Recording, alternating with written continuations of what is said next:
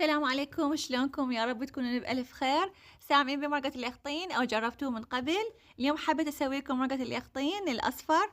كلش طيبة هاي المرقة ولذيذة وبيها فوائد هواية.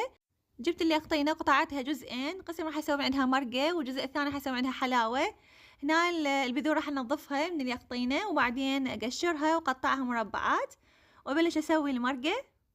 طبعًا هاي المرقة كلش يحبوها القبل، خصوصًا جيل الطيبين، ووالدي الله يرحمه كان كلش يحب هاي المرقة لأن بيها فوائد هواية.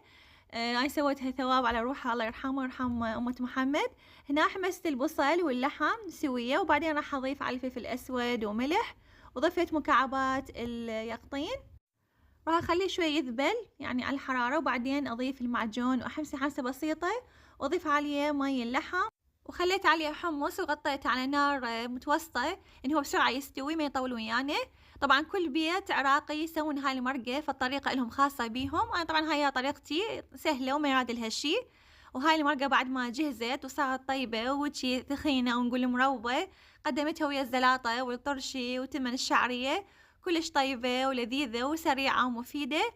جربوها إن شاء الله تعجبكم الطريقة، وإن شاء الله أسوي لكم فيديو ثاني لعمل حلاوة اليخطين هم سهلة وما يعادلها شي. إن شاء الله يا رب تجربون الطريقة وتستفادون من هذا الفيديو. بألف عافية عليكم وفي أمان الله.